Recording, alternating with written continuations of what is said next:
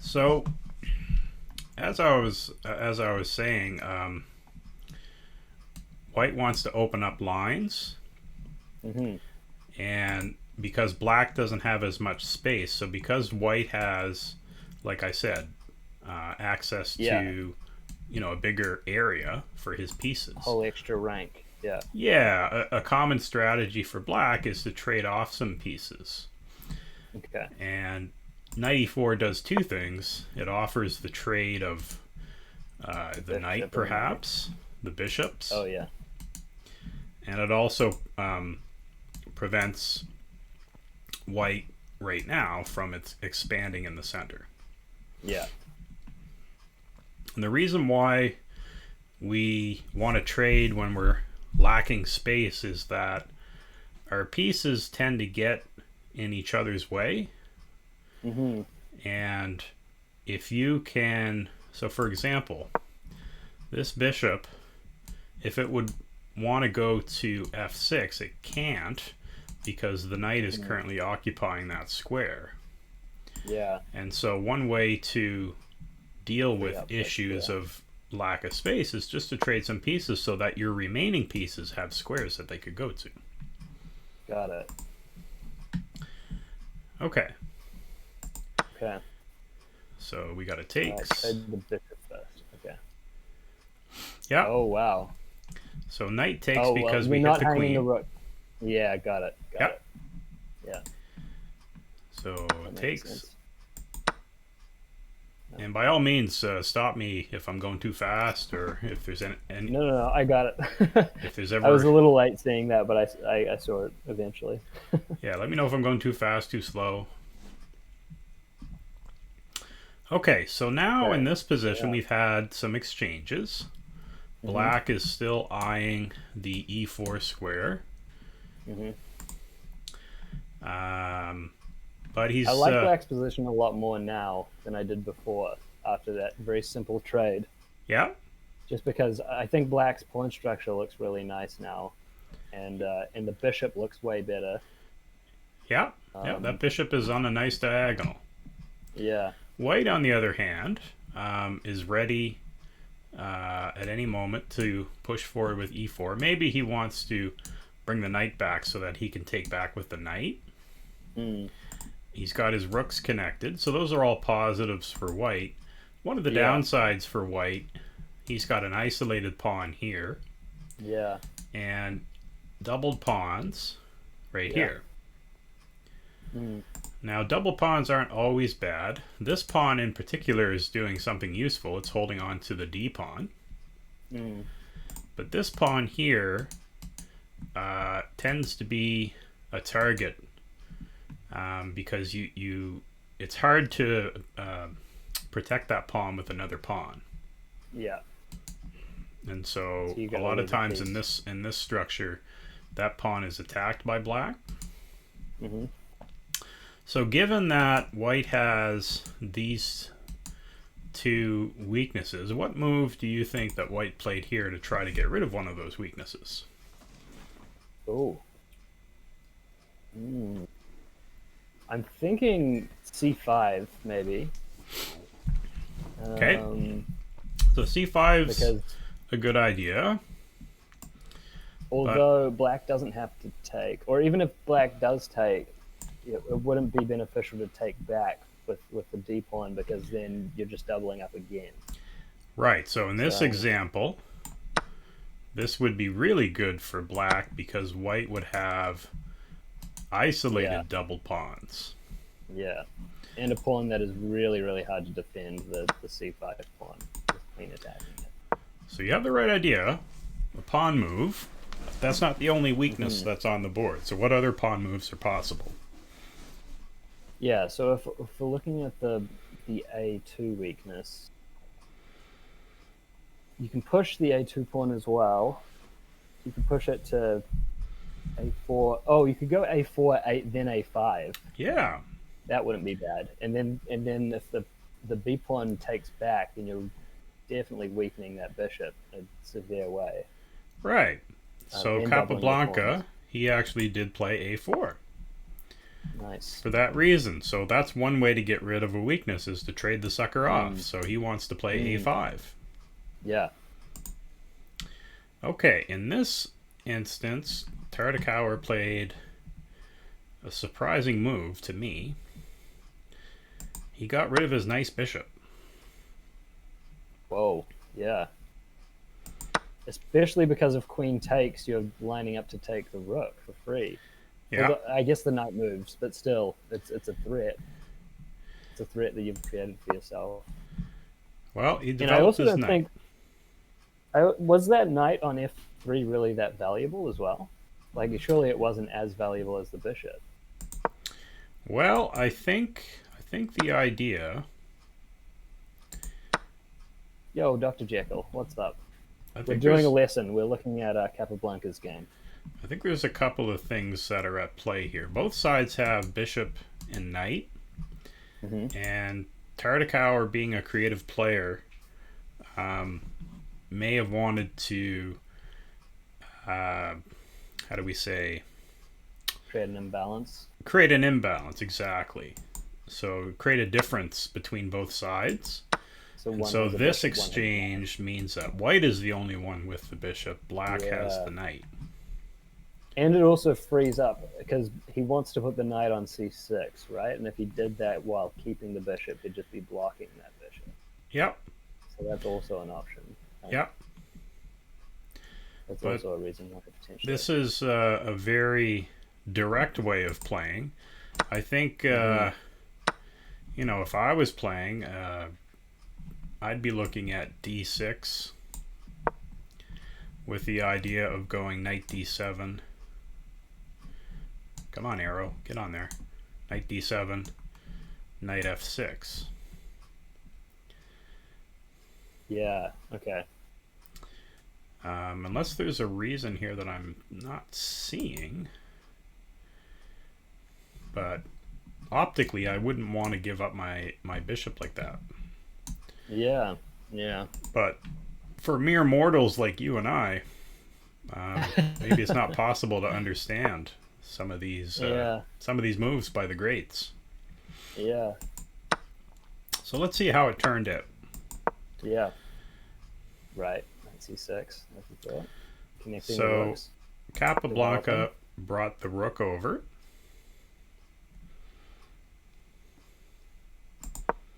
Okay.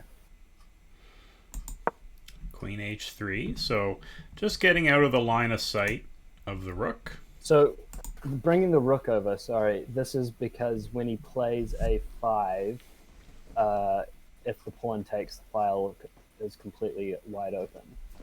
Is that the idea? I think so, yes. With the a4 pawn? Okay. I think so. I still don't quite understand the idea behind rook b1, because if, so let's just go back here. If, let's say instead of the queen over, if a5. Yeah. I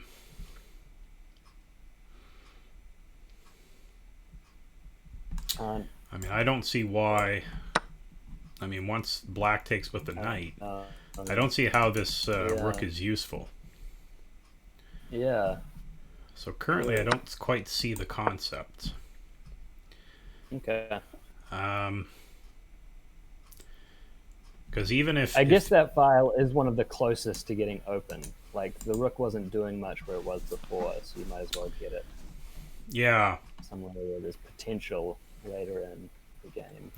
Yeah, maybe it'll become clearer to us in a bit, but yeah, to me, I would have thought rook e1 would have made more sense, trying to open up the e file. That file, yeah. But let's see. Maybe we'll answer our question here in a few minutes. Yeah. So queen h3, just to get out of the line of fire of a potential rook attack, and also you can see that there are ideas of bishop and queen looking at that pawn. Right. Yeah.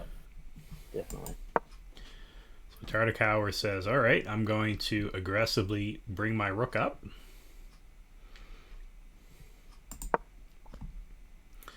And Capablanca plays f4. So that's a multi-purpose move. Discouraging e5 pushes by black. So black would have to play d6 and then e5. Yeah. The other thing that it does is it grabs some space on the king side, and maybe the rook will come back. There's some ideas here. And the other thing to notice is that white's pawns are on dark squares. For the most part, 4 of them are here. And you generally, for your bishop, you want, in an endgame, for your pawns to be on the opposite color of your bishop. And the reason for that is that your bishop is an attacking piece, and if the pawns are on the same color as the bishop, your bishop doesn't have as many squares to go to. They get in the way. It's not as free to move. Got it. Now, for black, in the middle game, black kind of likes having pawns on the light squares because they restrict the bishop. Sure, definitely. But when the pieces come off and it's an endgame, then these pawns could become weaknesses and could be attacked. Yeah, definitely. All right, so let's see what Tartakower did here. Knight a5. So that's one way to go after this pawn, is to attack it with the knight. So the bishop is currently clinging to that pawn. That's the only thing that's defending that pawn. Simultaneously stopping the advancement of the a4 pawn as well. Exactly. Planting the knight in front. That's nice. Okay, so now Capablanca brought the queen back. So the only reason why he brought the queen over here was to be able to play f4. Yeah, because the f5 pawn was a threat before, but now it's not necessarily. All right, d6. So Tartakower is signaling intentions of opening up the center. Hello, Miso, welcome. We're just looking at a classic game between Capablanca and Tartakower. All right, so now we think 1922. I think it was 1922. Yeah. Yeah. So rook e1. Right. So yeah, this makes the rook b1 move even stranger. The fact that he brings it back. I mean, it makes sense now why he's bringing it back, but yeah, maybe he had some ideas there, but realized that it wasn't doing anything over there. Yeah, once the knight came in, whatever those ideas were, maybe got shot. Okay, so whenever you line up your rook with the opponent's queen, there are some opportunities, albeit a few moves down the road, but your queen could get attacked. So Tartakower correctly just gets out of the line of sight. Nice. Yeah. Also hits that pawn.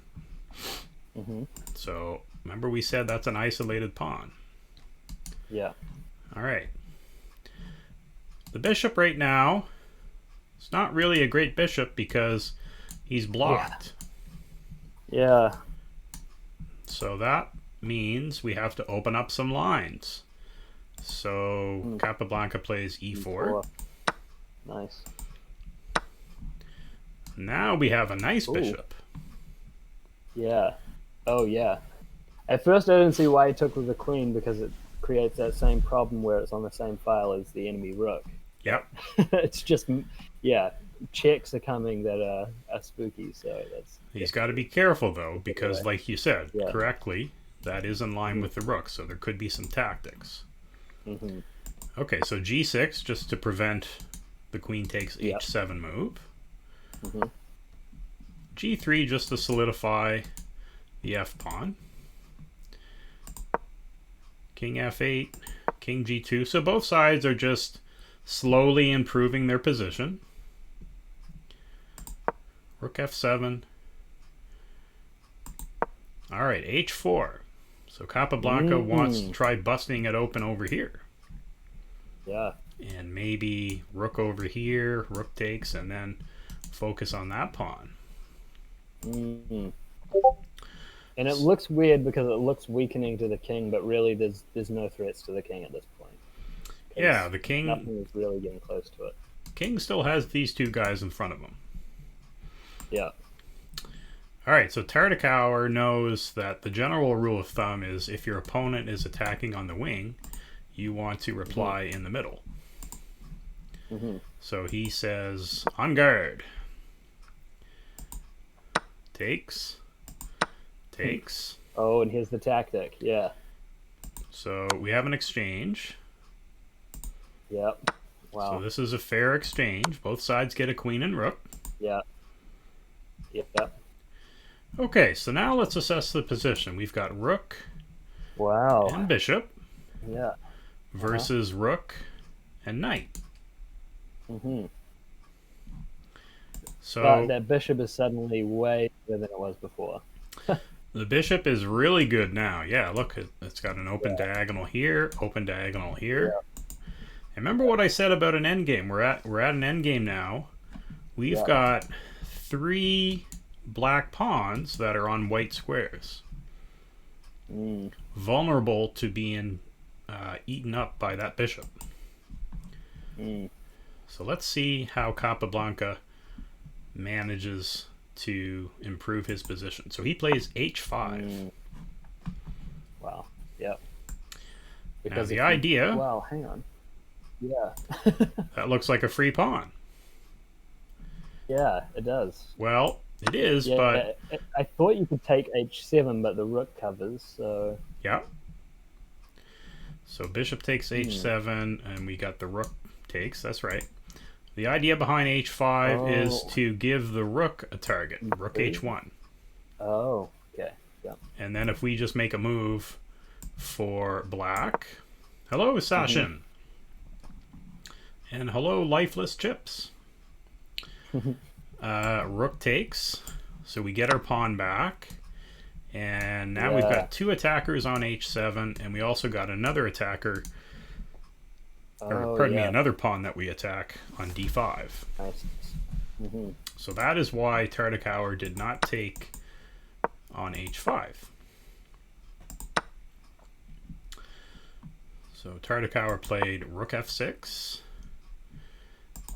takes, takes, rook h1. So now look, he's got complete dominance over that file. Yeah. Okay. So it's amazing how quickly the bishop was so bad before, and then black's knight was quite good, and now it seems completely flipped, where the black knight is kind of not really doing much, and now the white bishop is just insanely destroying everything. Yeah, exactly, and that's the thing about chess. It's all about transitions, right? Things change. Lifeless chips. He can't take back with the rook because there's bishop takes rook there. So the two main things that are going for white is dominance on the h file and a very good minor piece. Yeah. Black has some weak pawns. White has a weak pawn here, though. So there's still some fight left for both sides. Let's see how they played this one out. All right, king f8. I suspect the idea is to come here to protect this pawn. And then maybe free up the rook to go into attack mode, like rook c6, for example. Rook h7. And this is what you want with your rook. Rook on the 7th is very strong. It's dominating the 7th rank, causing some issues for black. So Tartakower says, okay, I'm going to put my rook on c6, which will defend c7, but also attack c3. Well, Capablanca says, I'm just going to advance my pawn. Oh, wow. Now, you might say, well, wait a minute now. That's a free pawn here, right? It is. But then white would take on g6. And we've got two connected pass pawns going up the board, and we also have rook and bishop around the king. That should be a win for white. Right. Wow. In fact, computer, as you can see on my screen, is showing a 1.87 advantage. So in the endgame, that is decisive. Wow. Mine's showing 2.3. The chess.com one showing 2.5 to white. Yeah, now it's saying 2.5 for me now, yeah. Yeah, wow. Okay. So after g4, Dr. Tartakower said, well, you know what? My knight here is having a smoke. And he's finally done his smoke break. I want to get that knight involved. So he puts it into a nice square. That square is protected by a pawn and also the rook. That's a better square for the knight. So you can see the knight is a lot more active here than it was on the side of the board. For example, these might be a couple of squares to go to in the future. Yeah. Okay. Now what did I say in the endgame when we have the bishop? We want our pawns not on white squares. Yeah, dark squares. Because we have a white squared bishop. If we had dark squared bishop, it'd be the opposite. So Capablanca played g5. So he's got 4 of his 5 pawns are on dark squares. And that's so that the bishop is not blocked by his own pawns. The pawns are not in the bishop's way. Okay. Knight e3 check. King f3. Attacks the knight. Knight f5. Now here is the genius of Capablanca, and these are so hard to assess. When do you exchange and when do you not? So this is the question. We've talked in the last 10, 15 moves about how white has this beautiful bishop and Black's knight was having a smoke in the corner, or on the side rather. But if we look at the situation now, that knight is actually doing a pretty good job. It's cemented, or it's secured by a pawn. It's looking at some key defensive squares around the king, and it's blocking the bishop. Yeah. Okay, Miso is asking, let's just go back really quickly. Why not knight to d1, free pawn? Well, the rook is also attacking that pawn, so there's no reason to add a second attacker to that pawn. And putting the knight on the last rank is not as aggressive as putting it on f5. In fact, the knight is further away. When it's on f5, it's in the center of the board, so it can occupy, or it can do some defensive duty and also some offensive duty. What is the response against knight d1? Well, let's see. Yeah. Wow. What do we do?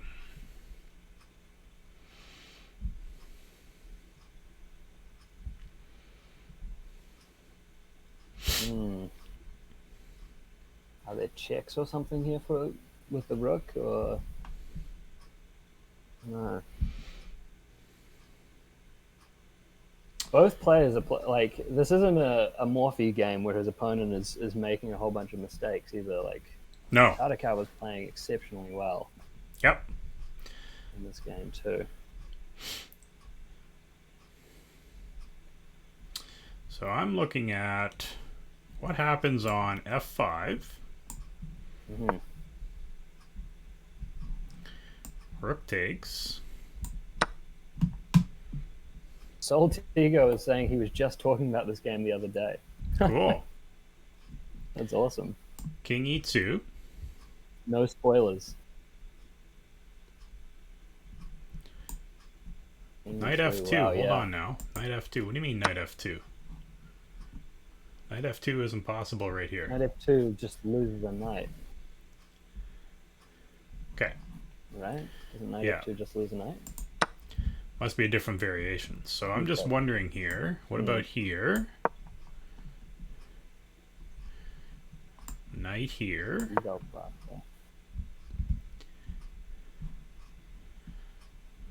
Maybe we're not making progress here. Oh, Engine says it's a draw, but it might not have the depth. Yeah, the problem is now we've got two guys are attacking that bishop. Yeah, okay. Interesting move, Miso. Knight d1. Let's see. Let's look at something else here. So maybe f5's not the way. Miso had suggested c4. Okay, let's look at c4. c4 takes. Now, I would play bishop e4 here. Attacking the rook. Attacking the rook.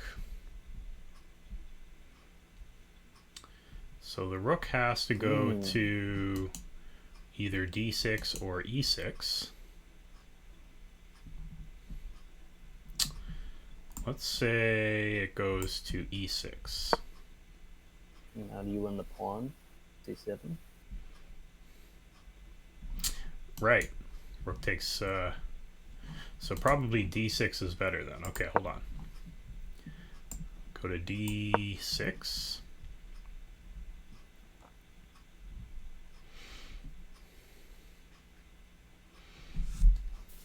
So, do we take on c7? Yeah, I think we take on c7. Because the idea is if we take on d4, then we've got bishop takes g6, and we have our two pawns. Yeah. That looks very good for white. Well, yeah, and even though black has the c plus pawn, the rook is behind it, right? So it's not going to be able to move fast enough. They have to mobilize the a and b pawns to back up with the pawn. Yeah, and that's just way too slow. Okay, Sashin is asking, is c3 good on bishop to e4? So let's go to the position after bishop to e4. Unfortunately, we're attacking the rook. Ah, okay, I see your idea. Okay, c3, I see your idea. So the idea is take the rook, and we play c2. Ooh. Tricky move. Tricky move, Sachin. That is tricky. Engine is now saying that this is equal. But let's see. Wow. Okay, now it's saying better for black. That's what I was wondering. Black's getting a queen, so. Damn. Let's see. It's only -3 though, so there must be some way to. The engine has some way of only losing a bishop or something for that. All right, let's have a look here. What can we play after bishop e4 and then c3?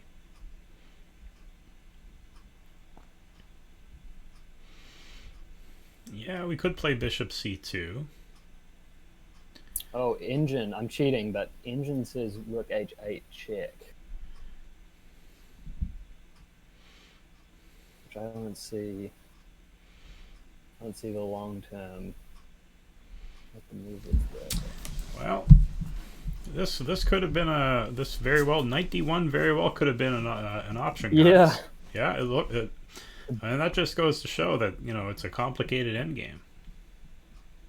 The beauty of computer engines to ruin all the classical games. It feels like such an unnatural move, though. Knight d1. I feel like. Yeah, it does, but see that. That's modern chess though too. So nice idea, Miso. Yeah, so let's get back to the game though, It does look like knight d1 is possible. That is a cool detour.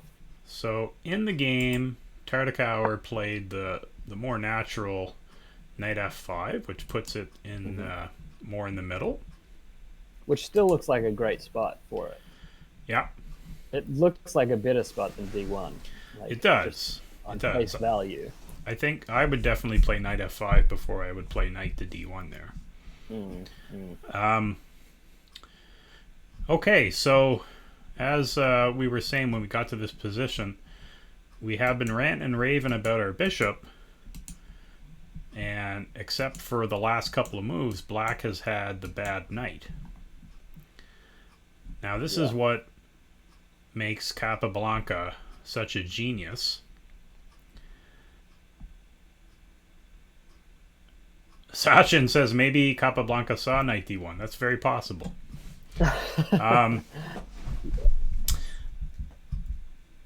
It's hard to decide when to exchange, because looking at this is like, well, I don't want to give up my beautiful bishop. But the knight is doing a good job. It's a nice defensive piece now. It's also, you know, look at all these squares. Those are all useful squares that it's covering, let alone a smiley face.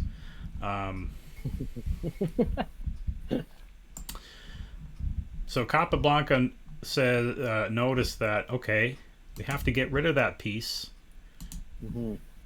And as Miso says in the chat, if we exchange, our king is more active, and that is exactly right. So bishop takes knight, takes king g3. So here's the difference. Okay, white has an active rook. This active rook is cutting off the black king.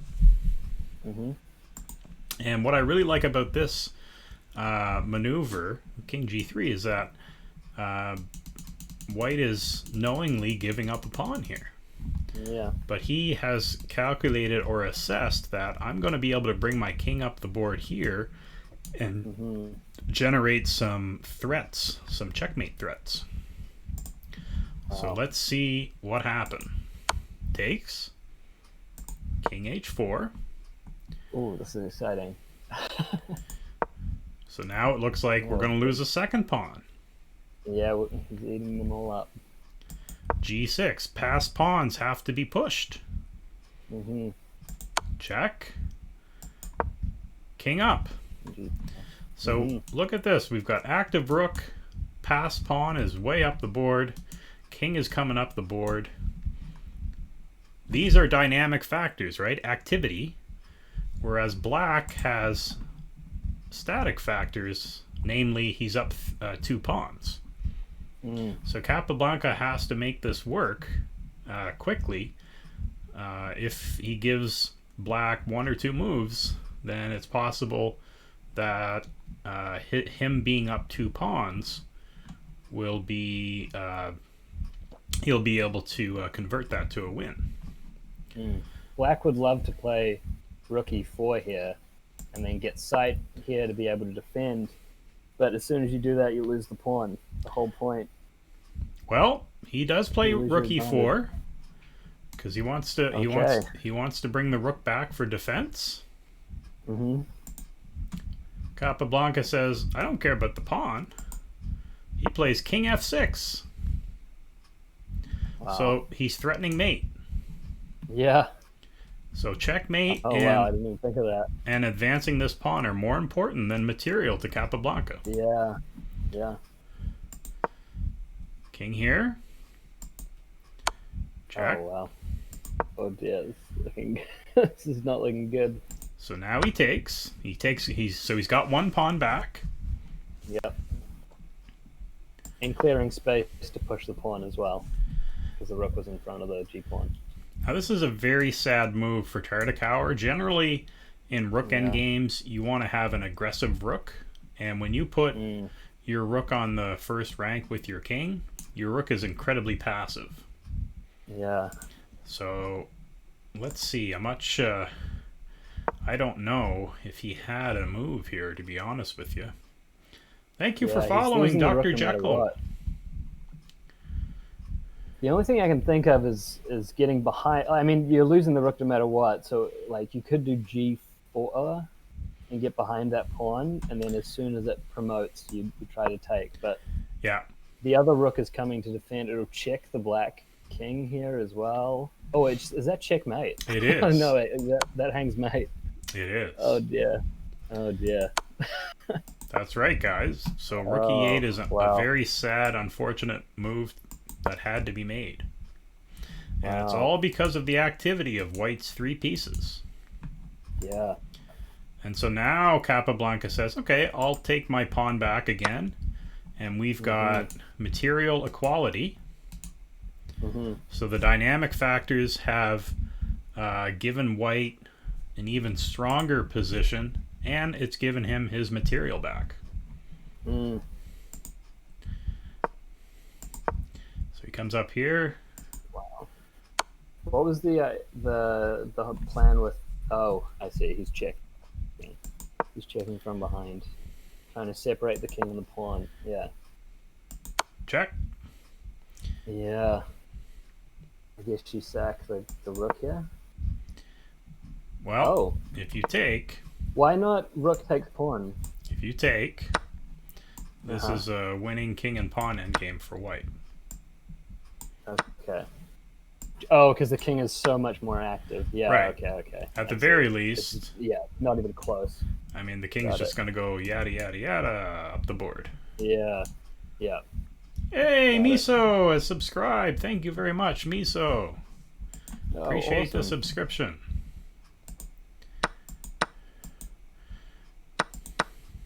Yeah, wow. All right, so Tartakower moves the king. Capablanca wins another pawn. Oh, goodness. He wins another pawn. And now he says, I'm going to move my king up, and I'm going to push my d-pawn up the board. Yep. There's no stopping it. Oh, let's trade rooks. Oh, yeah. Tartakower says, I'd rather not. I'm surprised Tartakower... Well, surprised he doesn't resign, but I guess... Oh, wait. Did Capablanca just give away his rook? No, if check, he's just going to take the b6 pawn, and the king will hold on to the rook. Oh, yeah. Oh, wait, never mind. Yeah, of course. So rook takes a4, d6, and at this point, Tartakower resigned because this pawn is going to be a queen. Wow. Hey, thanks, Mizo. I appreciate the kind words. That's awesome. So this is one of my favorite games, probably because I'm not a tactical player. I'm more of a positional player, and this is more of my... I mean, I like Karpov, right? I mean, it's kind of like Karpov. Yep. The boa constrictor, the squeezing of the position. Very instructive, and it all starts on this move here, where Capablanca is able to assess that, hey, we can trade that bishop for the knight, and I can get my king around. Yeah, and give away pawns. And despite giving away material, I can generate enough threats that are going to cause black some serious problems. Wow. So this is a classic. This is a well-known one. Wow. So there you go. I hope you enjoyed that one. I love that one. That was cool. Now, the next time we stream, which I'm sure we'll do it in the future, you should remind me to show you Kramnik-Leko. Okay. Because Kramnik, in the last game of the 2004 World Chess Championship, he was down 1 point, and he was the current champion. So he had to win that game, and he played a game very reminiscent of what we just saw here. Wow. So I should, I'll have to show you that, and then we can compare. It's very, very cool. I'd love to see more positional games. I'm not a positional player at all, and that probably just comes from me not being having much experience in things like this, but I love seeing how other players are able to I see think this that's sort of natural, stuff. though, ChessDabbler, because when when we learn, how the pieces move. Then we learn tactics, right? Mhm. Yeah, And we learn checkmates, and we do puzzles on chess.com. yeah, And the positional stuff, it's not as sexy as solving puzzles. yeah. And so that tends to come later for people. It's very Hmm. common. I mean, that was the case for me. Mm. Once I was 1400, then I started to learn some of the more positional elements of the game. Hmm. So that's not uncommon. Okay, so let me get the other game. Hmm. Yeah, to And Fisher, where the heck did I put it? to your namesake. I think it kicks you if you're inactive for a while. I think that's why I got kicked from this one originally as well. No, I think what happened is I closed it. Oh, okay. So I'll just have to find it in my. I emailed it to myself, so I'm just opening up my email here. Okay, cool. Just bear with me. Hmm.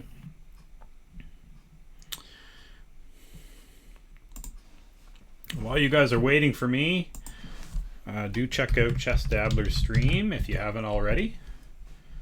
You can click on that link in the chat.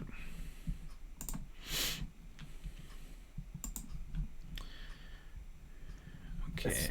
It's so crazy looking at this Capablanca game with an engine because it just does not register how overwhelmingly winning Capablanca is. Immediately as soon as he decides to trade that bishop and move that king over. Well, it's possible that because the engines are Thanks, Miso, so for the much follow. stronger now. It's possible that there were some defensive resources, but I mean, chess is a game between humans, and so Yeah, yeah, okay, maybe exactly. academically there was a defense, but for Hmm. practical matters, like if you're having to defend that, it's very difficult. Yeah.